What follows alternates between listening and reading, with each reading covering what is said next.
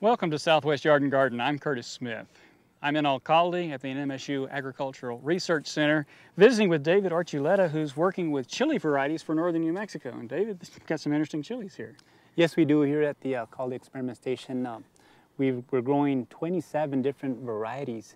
More commonly in the north, we have your yellow hots, we have jalapenos that do really well in the market.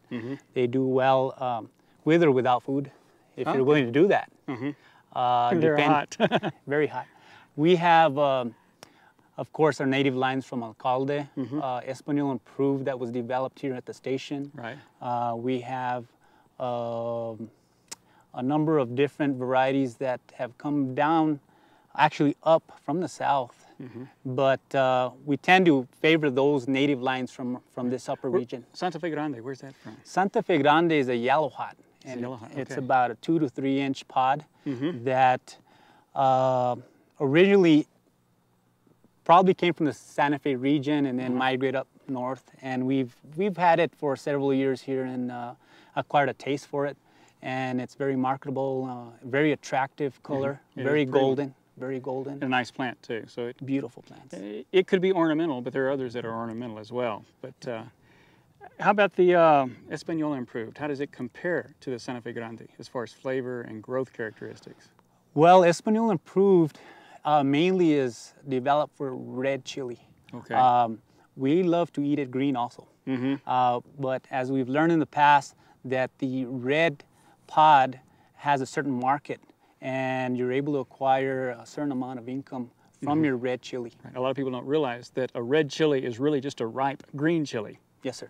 And they're the same thing, just a little later. Old age in a chili is red. Exactly. And the flavor is going to change some, and the vitamin content changes. Yes, it does. Okay, and what are some others you like here?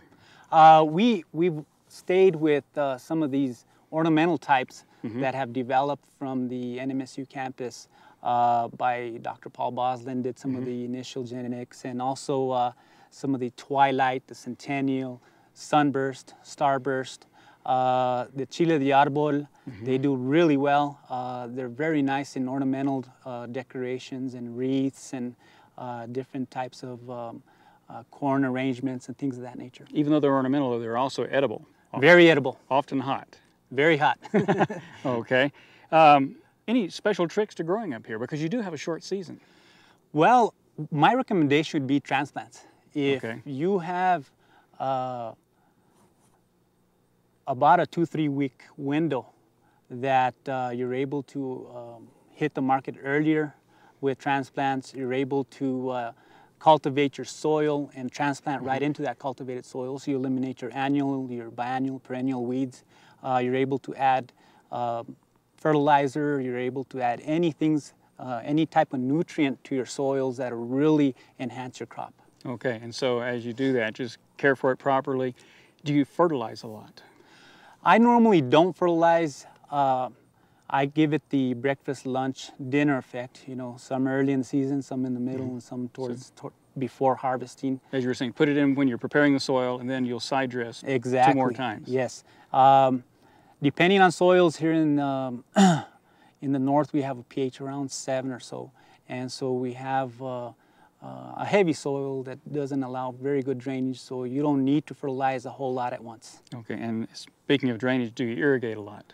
We have a requirement of 24 to 30 acre inches per season, per growing season in chili plots here.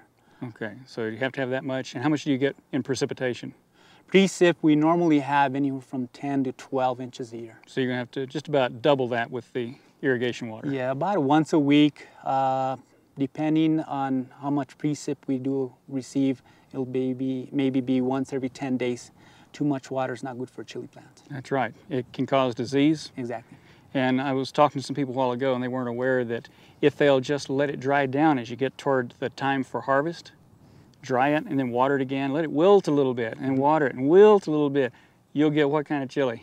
Very hot chili. that'll heat that chili up. And so if you want hot chili, that's what you do. If you don't want hot chili, you want to keep it moist. Exactly. Now, if you overwater, it gets diseases, it starts wilting because the roots are damaged, and then it gets hot again.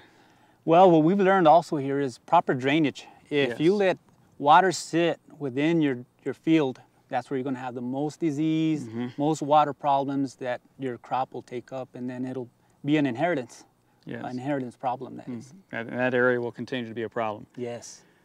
Well, David, this is interesting to know that you can grow these chilies all the way up here. In fact, you can grow some really good chili here, and I appreciate the fact that you're doing this for northern New Mexico. Thank you. You're welcome.